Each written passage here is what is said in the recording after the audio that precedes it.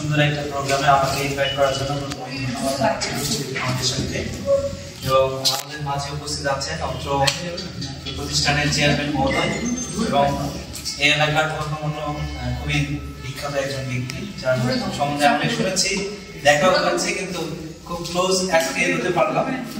এবং আপনারা যারা আছেন আমার সামনে, বিশেষ করে পুষ্টিবিদ বিভিন্ন ঢাকা থেকেও আসছেন, এখানে কষ্ট করে আসছেন এই নীলফামারীতে। আমাদের বাংলাদেশ নিরাপদ খাদ্য কর্তৃপক্ষ জেলা কার্যালয় নীলফামারীর পক্ষ থেকে আপনাদেরকে শুভেচ্ছা ও স্বাগত জানাচ্ছি। আমরা কাজ করি আসলে সরকারের পক্ষ থেকে জনগণের নিরাপদ খাবার নিশ্চিত করার জন্য নীলফামারীতে আমরা কাজ করে যাচ্ছি। আমাদের জনবল অনেক কম, আমরা চাই যদি কোনো ভলেন্টারি কোনো অর্গানাইজেশন, বিশেষ করে ক্যাব আমাদের সাথে আছেন, স্যারও ক্যাবের একজন সিনিয়র ভাইস প্রেসিডেন্ট, ওনার সাথেও আমাদের কাজ হয়, আমরা ক্যাবের সাথেও কাজ করি। এবং পাশাপাশি যদি এরকম আরেকটা স্বেচ্ছাসেবক কোনো অর্গানাইজেশন যদি থাকে তাহলে আমাদের হাতটাও অনেক বেশি শক্তিশালী হয়।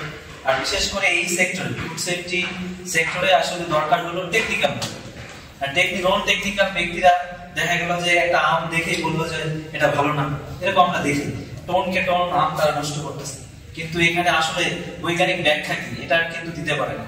এজন্য আমরা যারা নিউট্রিশনে পড়াশোনা করছি, বিশেষ করে পুষ্টিবিজ্ঞান ও খাদ্য বিজ্ঞানে যাদের পড়াশোনা আছে, তাদের ভিতরের যে মেকানিজম, যে অ্যানালাইসিস, কেমিক্যাল অ্যানালাইসিস হোক, বায়োকেমিস্ট্রি হোক, সেখানকার যে বিষয়গুলো আমরা আসলে অনুধাবন করতে পারবো।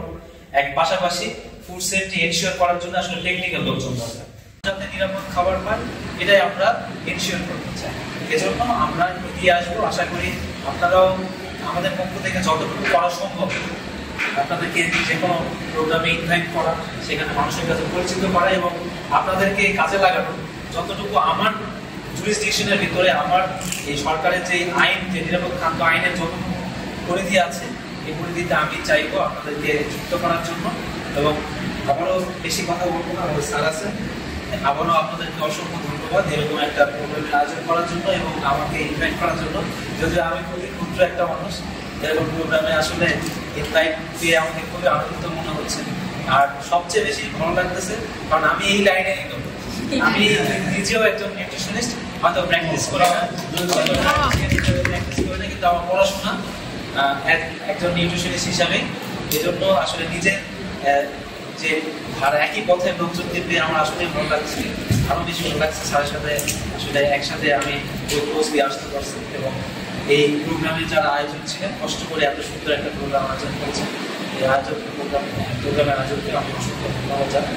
এবং আমি পুষ্টিবিদ ফাউন্ডেশনের ভিতরে আরো বেশি সমৃদ্ধ হোক, আরো সাফল্য হোক, এই আশা ব্যক্ত করে আজকে এখানে শেষ করছি।